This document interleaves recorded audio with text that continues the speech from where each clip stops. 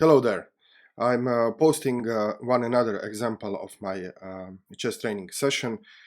I made a short introduction about my chess training methods and my general approach to chess training in the previous videos. So I will link these videos below so you can check them out. Also, I do have several students already. I do have some time spot. Maybe I could fit in one or two more students. So if you are interested, just send me an email. The email will be down below, so you can contact me. And if you think this could work for you, we can try to arrange these kind of lessons. Okay, so here is the lesson. All right, there we go. There we go. There we go. Confirm move. Confirm. Confirm. Oh, thank you. All right. All right. So I don't think she got it. Okay, play another move and then try again. You can type a go, but play another move then. Okay. all right. So I think for this position for the Slav, I want to do C6, right? Yes. I'm going to go ahead and do that. I'll confirm, and I'll ask her to go. There you go. All right. Okay. Now I have to tell you, Luca, I have not played the Slav very much at all. So I'm not at all confident. I think what I would probably do here is knight to f6, because then if he takes, I can take back with the knight and maintain the pawn structure. And I think it's just generally a good developing move. Yeah, so that's So probably what I'm doing. do you play Slav or semi-Slav? So do you plan to close your bishop? I would prefer not to. I'd like to first put my bishop outside the pawn chain. Okay. So that would be the Slav, right? The semi-Slav is when you close the bishop in, you make e6 Yes. first. Yes. Yes. Okay. So do you know from this position why bishop f5 could be problematic? So why shouldn't you immediately get out your bishop? Bishop f5.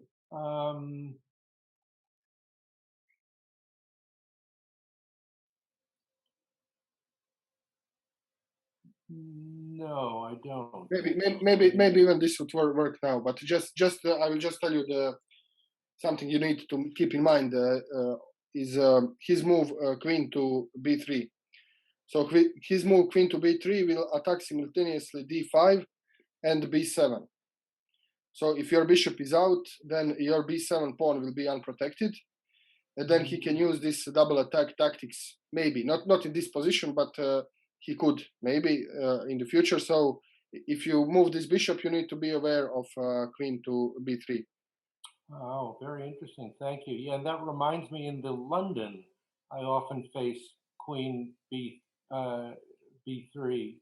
Yeah, they play this often. Yes. And it's the same situation where I have to figure out a way to protect the b. Yes. So when it's London, it's the what is it? The b2 pawn, I think, right? Yeah. So with the London, you also move your c1 bishop very soon in the game, and you leave your b2 pawn unprotected, and then your opponent might exploit this. Right. So what would be the solution to that? What's the answer? I think knight f6 is a good move because then you double protect d5. I mean triple protect d5, and then you don't have to worry about. So I think knight f6 is a good move here. Right.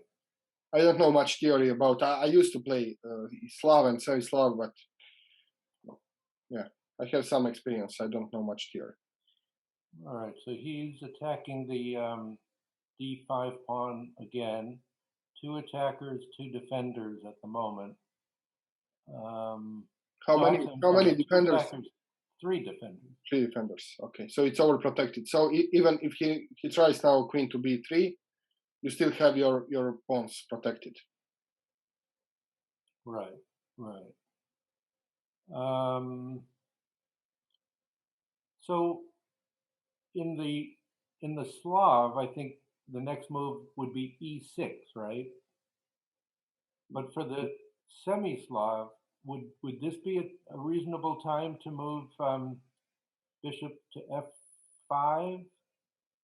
Because as you say, he could move queen to b3, but uh, I could just move my queen, for example, to c7, right? Exactly. Yes. So this shouldn't be the problem. The problem with the general problem when you develop bishop on f5 is that he can try to win your bishop pair. So to trade his knight for your bishop. With So with knight they see h4. Is that you're thinking knight h4? uh, by h.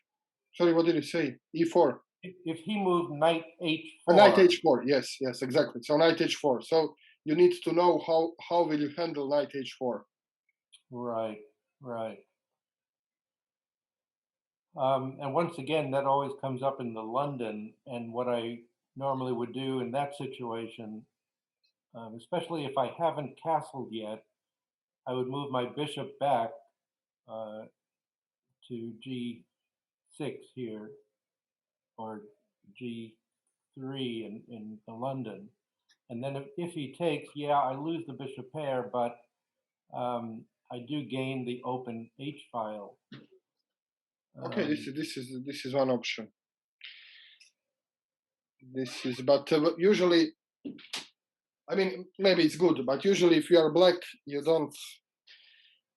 Well, usually you don't get to be the one who is attacking. So if you open your H file at the expense of your king's safety as a black, that usually doesn't end up well. So it might. Huh. So there is another idea how to make sure that the bishop on f5 will have a nice escape square. Oh, yeah, yeah, yeah. I also do that in the London. Yeah, so I might move H3. I'm sorry, H6. H6, yes. But I would have to do that before I move the bishop out, right? Yeah. Yeah. So this is also an option. So Now, what about in general, Luca, in the Slav? What about trying to castle queenside? Is that a thing? Is that something people do? usually not, because then your king will end up on c8, and it will be very exposed. Usually you castle queenside when you have all your three pawns intact. Then you play long castle, and then you play king to b8, and then your king is safe from the diagonal attacks. And here, if you imagine your king on c8, then if he takes pawn takes d5, yeah, if I were to take back the with king my is quite exposed. It's quite exposed. yeah, So yeah. usually you don't castle long in the Slav. You usually castle short, or you even if the position is completely closed, you can even just keep your king in the center. If everything is closed, if you would to push his pawn and completely lock the center, you can leave your king in the center. Right. So This is also done sometimes. Yes. let me talk out loud about a couple of problems I see in this position. Um, I obviously want to develop my knight on b8. And right now he's got really limited options. The only one really, I think, is d7. But d7 blocks the bishop. So that would suggest that maybe I should move the bishop out first before I move the knight to d7. Um, on the other hand, the dark squared bishop is also blocked in, and I'd really like to move e5, but I would need to find a way to protect e5. Right now, it's not protected even once.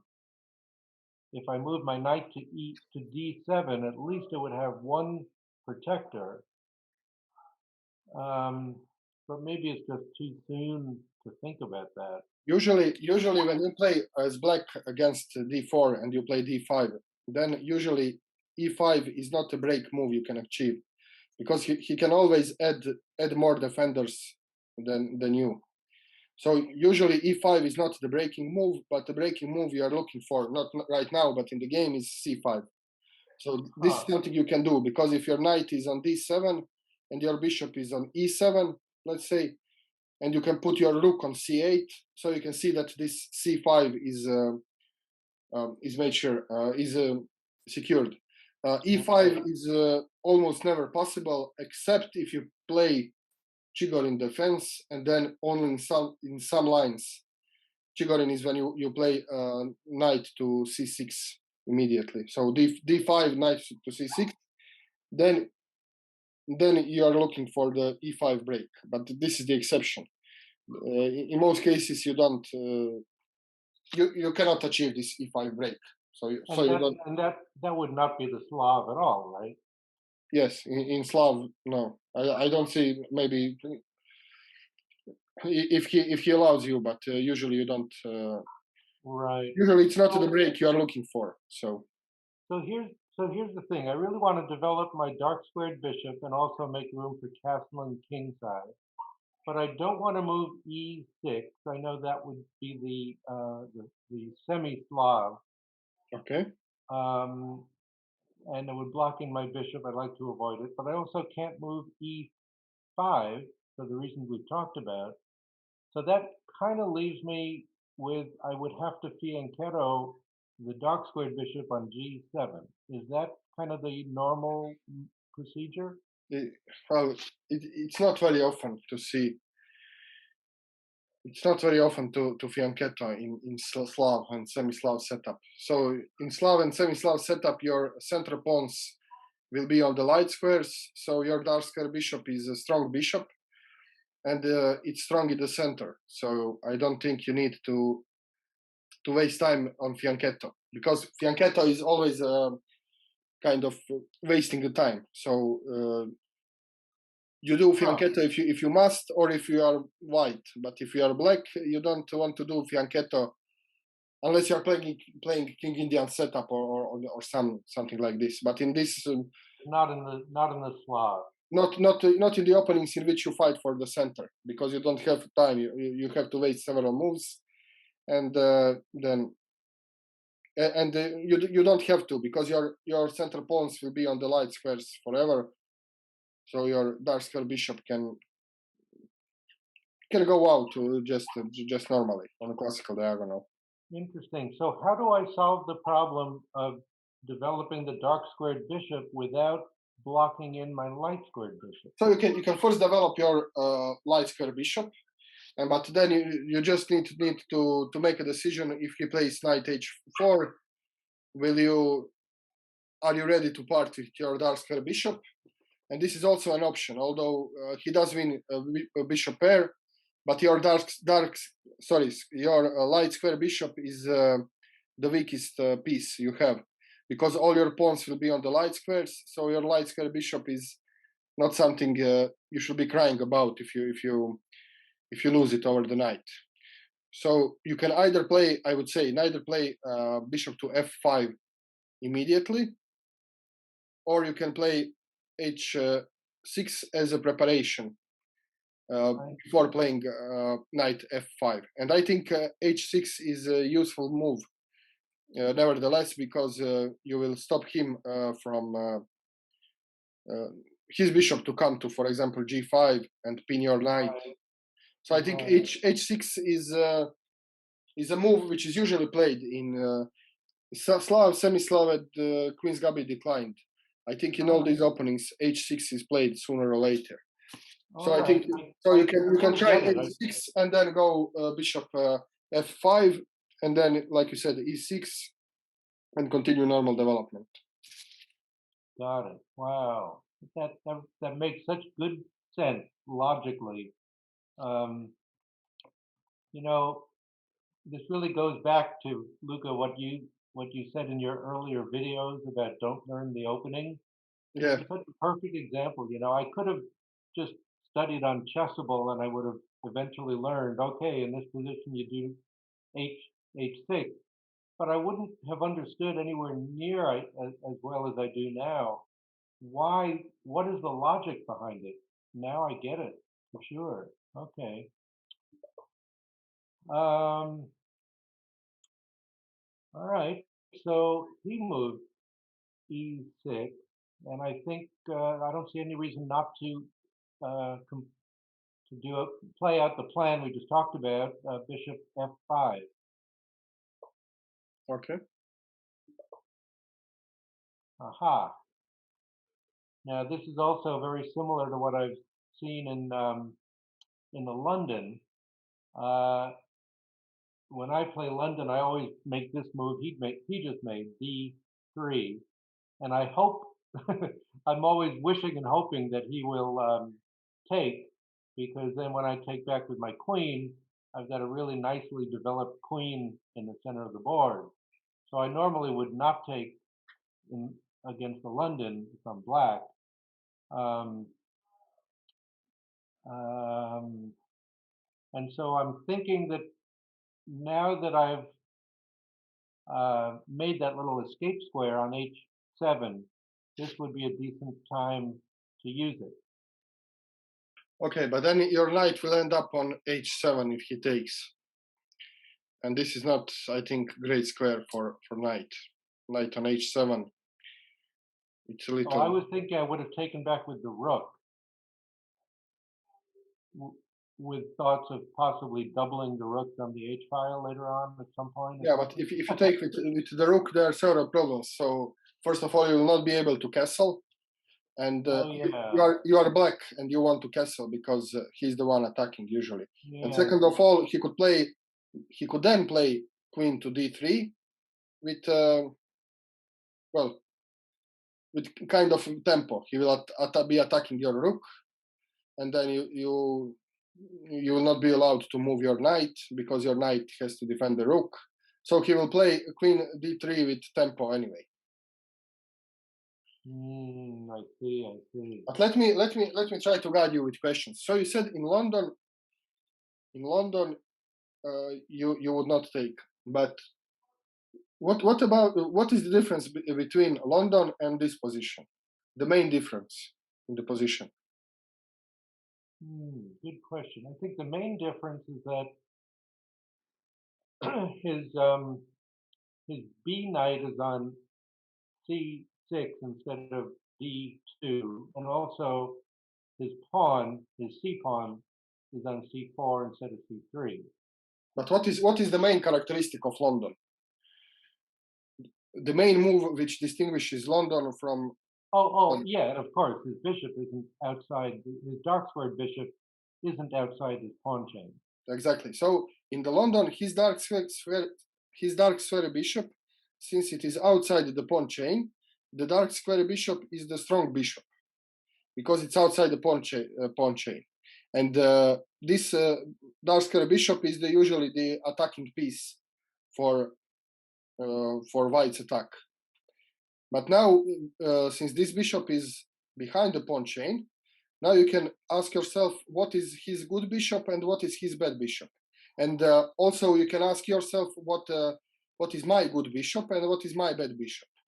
Wow, more logic. I get it, Luca. Very good. So, yeah, his bad bishop is the dark squared.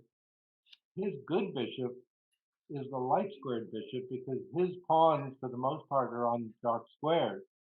Meanwhile, my light squared bishop is weak because so many of my pawns are on the light squared.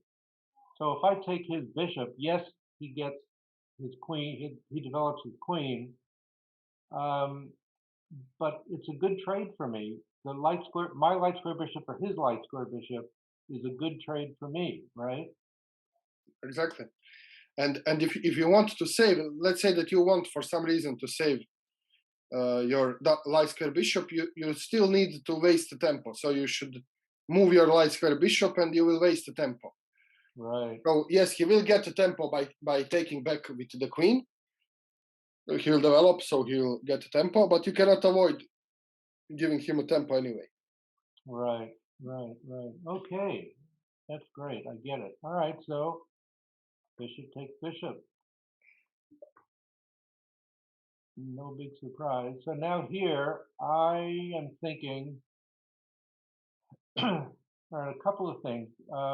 Now that my light squared bishop is traded off, there's obviously no disadvantage in moving e6. It strengthens my d5 pawn. It opens up my dark squared bishop. Um, and it's all good. So I'm thinking e6, followed by perhaps bishop to b4, and then also at some point very soon, knight b to d7. Does that all make sense? Yes, I think even that the move order doesn't matter much. Right.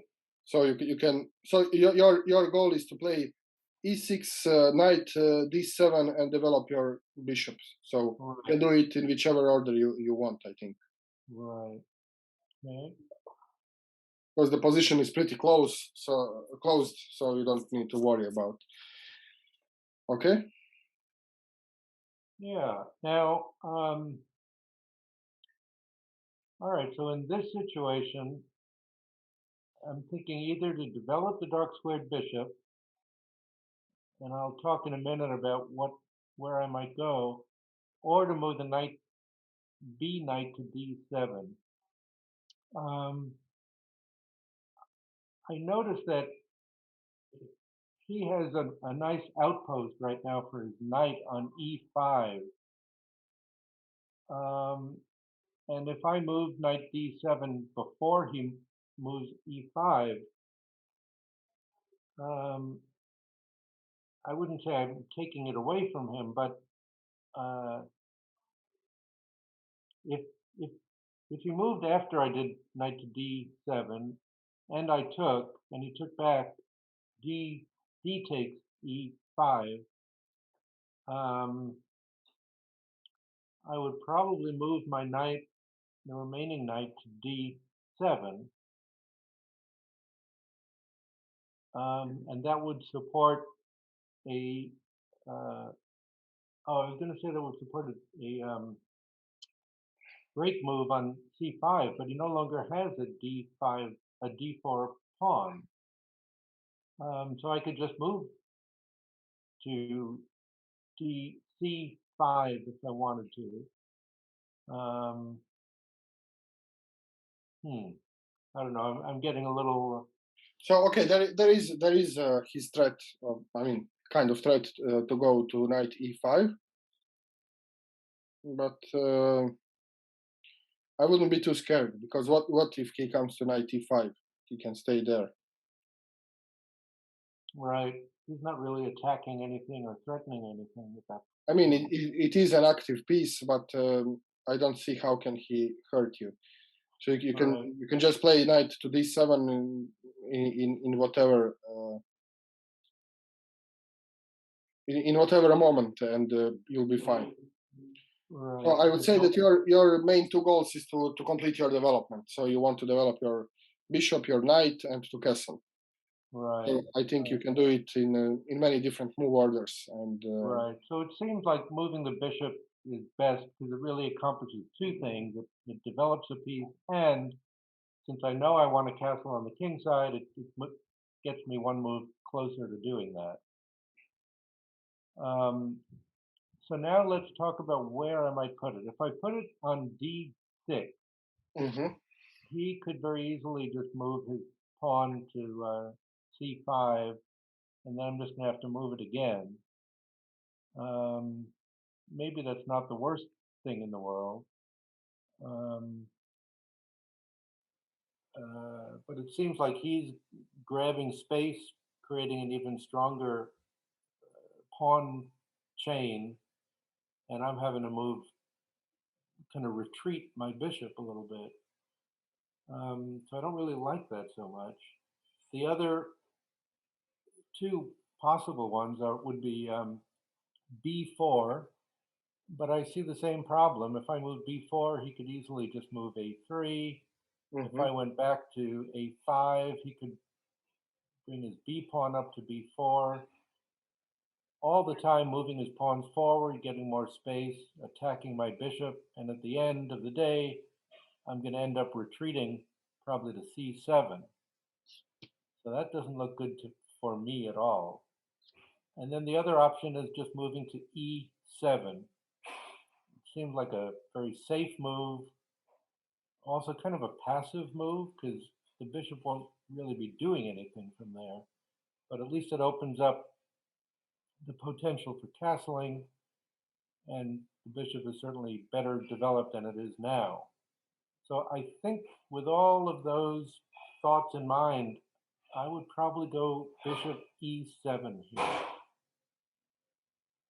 Okay, so yes, I think you are right because bishop on d6 it can be attacked by c5, but it's not.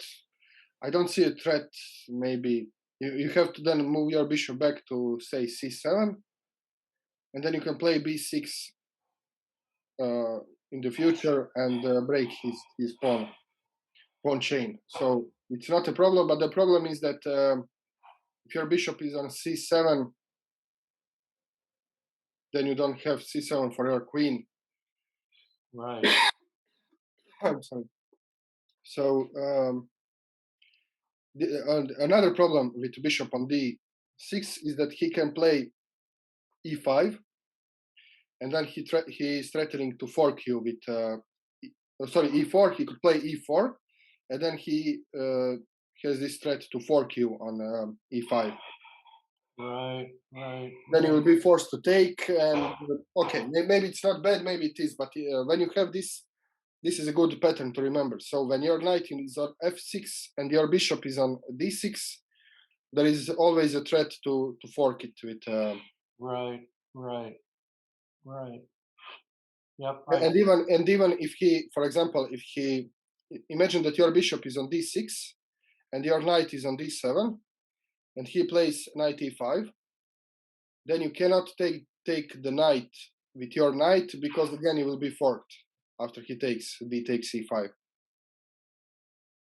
Do you see this? do that again. If Okay, my knight is on f6 and my bishop is on d6, so your bishop is on d6 and your knight is on d7, d7. Okay.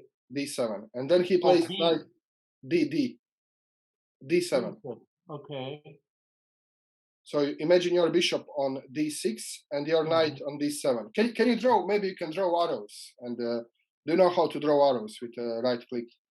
Yes. So you're suggesting knight goes here, right? Yes.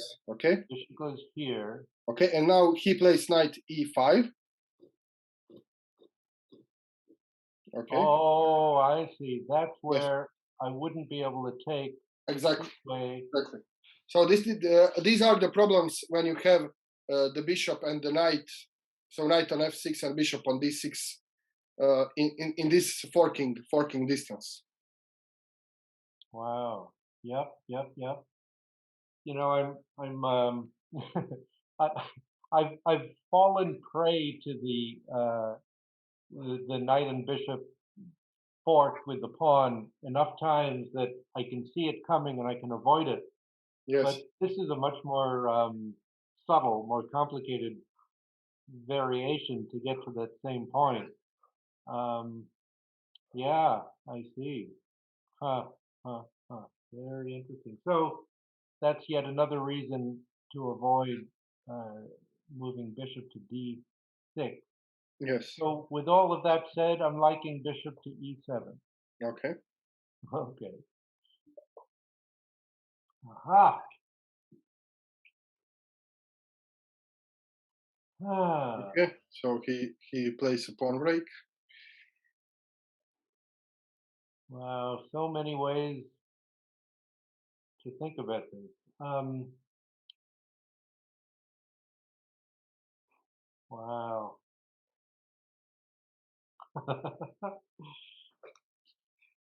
Ah, I could spend 20 minutes just talking through all the possibilities here. Um, all right, let me just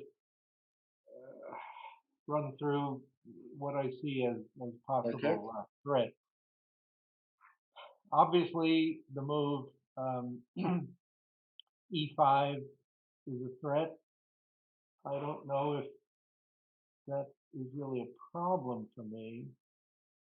Um, Once again, it creates more space for him, forces me to retreat my knight. The most likely square would have been d7, but that square I was hoping to put my b knight on. So all in all, I don't really like the idea of um, allowing that move. Um,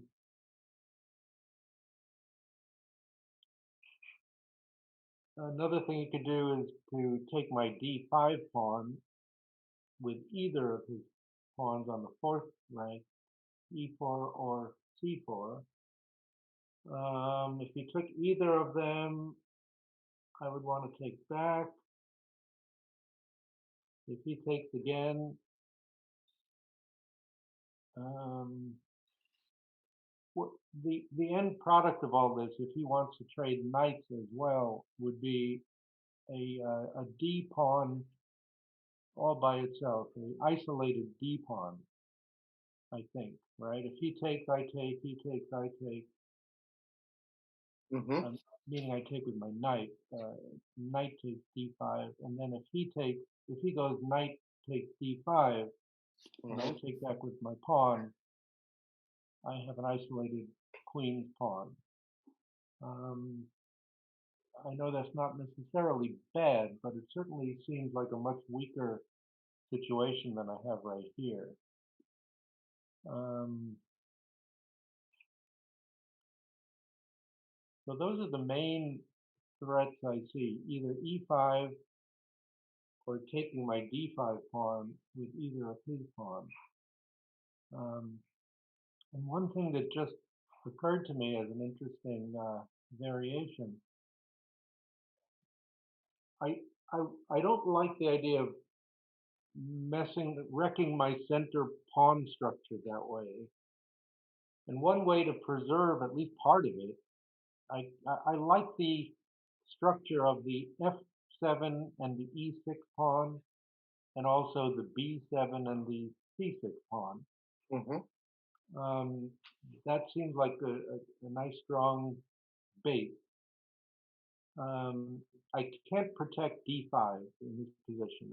If he wants to remove it, I can't stop him.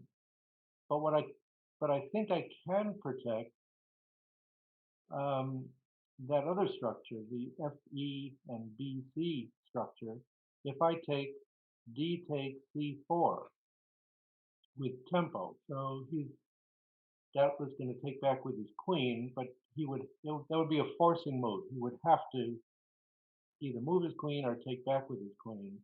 And either way, um, now I would have exchanged a center pawn for a flank pawn, and in general, I know that's not a great idea. Um, but come to think of it, another way to do the same thing is d takes e4. And once again, my FE and BC structures uh, remain. It's a forcing move. He's going to have to take either, well, not either way. He's going to pretty much, for sure, take with his knight. Knight takes e4. Um, is that a threat? I don't think so. Um, so, bottom line, um, I'm thinking that in this position, a good move might be d takes e4. So what do you think of all that? Okay. So I think you're right. This is the best move. But the reason is you don't want to allow e5 by any cost, because first of all, if he plays e5, it's a huge threat because you will have to retreat your knight on d7, and then your b8 knight would not have a d7. So this is the problem. If you retreat your f knight to d7, then your other knight doesn't have d7. So Right. you get completely cramped position. And another problem is that if you ever want to challenge this pawn on e5, you can do this only by playing f6, and then you completely compromise your security of the king, your king position. Right. So you don't want to have pawn on e5 because you will probably never recover from the position which will emerge afterwards. There is no way you can elegantly challenge this pawn on e5, and your pieces will be cramped. So a really critical position then, huh? yes, so e5 is so huge a threat that I will play here d takes e5 almost instantly because it's so huge threat. I don't want to allow this threat to happen. The interesting alternative is d takes c4 because this comes with the tempo, but then I think you cannot stop e5. Right. For example, if he takes the pawn, then e5 is coming, and e5 is not good for you. I mean, it's obviously not coming in the next move. He'd have to move his queen or take the pawn, but yes, but after he takes the pawn, for example, you cannot stop e5. I don't see how. Right. Okay, makes sense, and I'm glad I reached that same conclusion. Although my thought process was a lot more roundabout, less efficient, but got to the same place. Yep, and I assumed he would take back with his knight. All right, so you know what? We're out of time, so maybe No, we started late. We can do it more like. All right, let's do at least. All right, let's just do one more move. We can do 10 minutes if you want. It's Yeah. not a problem. Oh, thank you. Okay, so well, this is a really interesting position. I see, just as I had hoped. I preserve my FE and BC pawn structure, at least for the time being.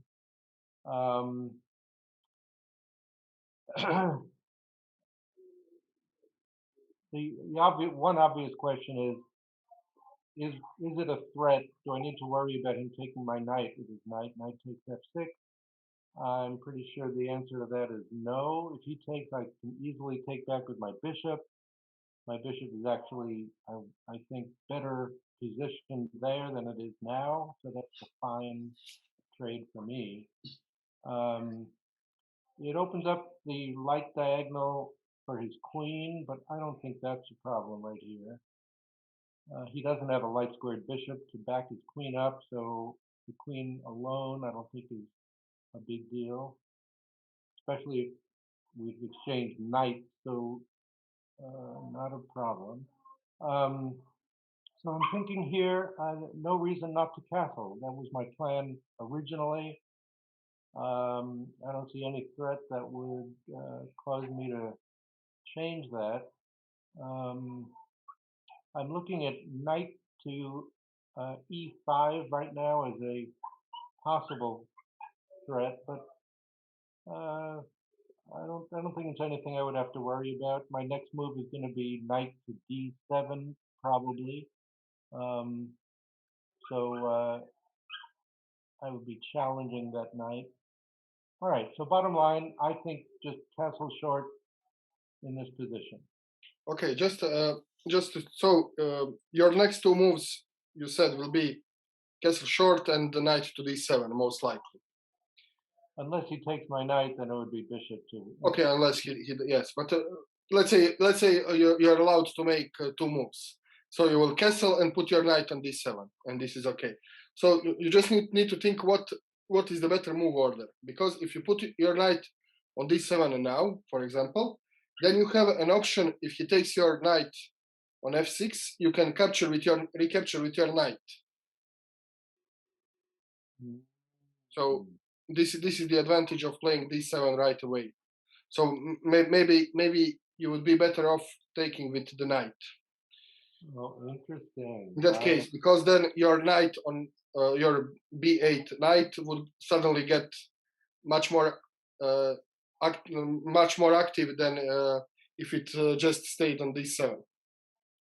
And in fact, from d7, there's no better option than f6, right? Yes. I couldn't go to e5. I couldn't go to c5. I couldn't go to b5, b6. So yeah, that makes perfect sense. You know, I've always thought. I mean, I guess I've been told. I've been trained not by Dan Heisman, but you know, other places that always castle as soon as you can. Get your king out of danger. Castle, castle. But I think that's that's pretty primitive logic. You know, you have to consider, is my king in danger in this position or not? And the answer is no.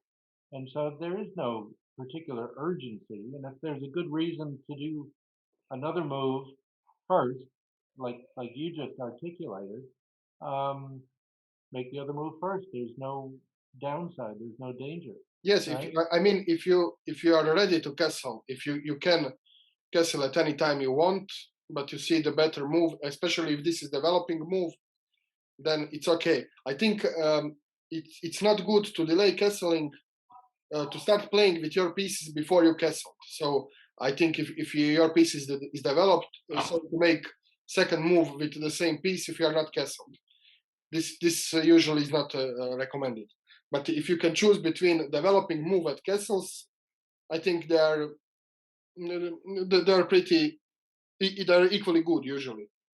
Right, right, So right. and there is yet another thing. If you can imagine your knight on d7, so you can see that you completely stopped his knight to e5 idea, because if he plays knight e5, Oh, his queen is hanging. his queen Haha. is hanging. Yes, so knight d7 accomplishes several things. So I think this move order is better, because if you castle now, then he can jump to e5. But if you play knight to d7 first, then he can't jump to e5. That's great because So if this I is the want, advantage of this move order. yep, yep, yep.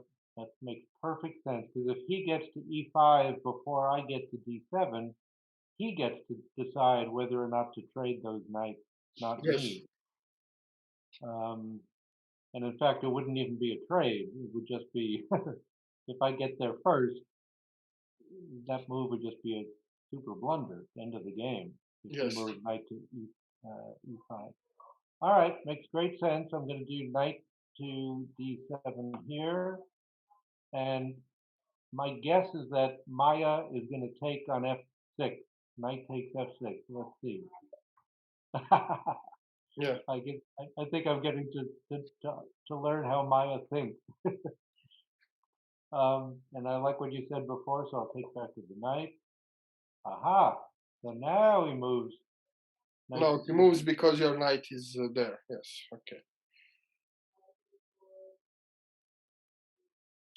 Wow.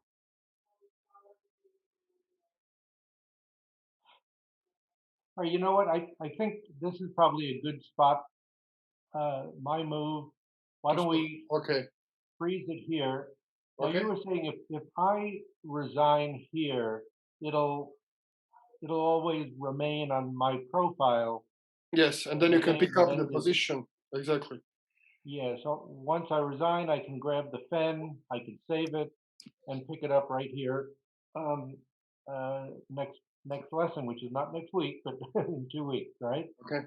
Yes. So I'll do it. I will resign. Thank you very much for watching. I hope you find this video useful and entertaining. And like I said, if you think you could benefit from this kind of training, you can just send me an email and we can try to arrange something. I don't have much time for this kind of training. In fact, I've already taken enough students, but okay. I think if you really think that you can benefit from this kind of training, well, let me know and I will try to find the time to fit you in. Cheers.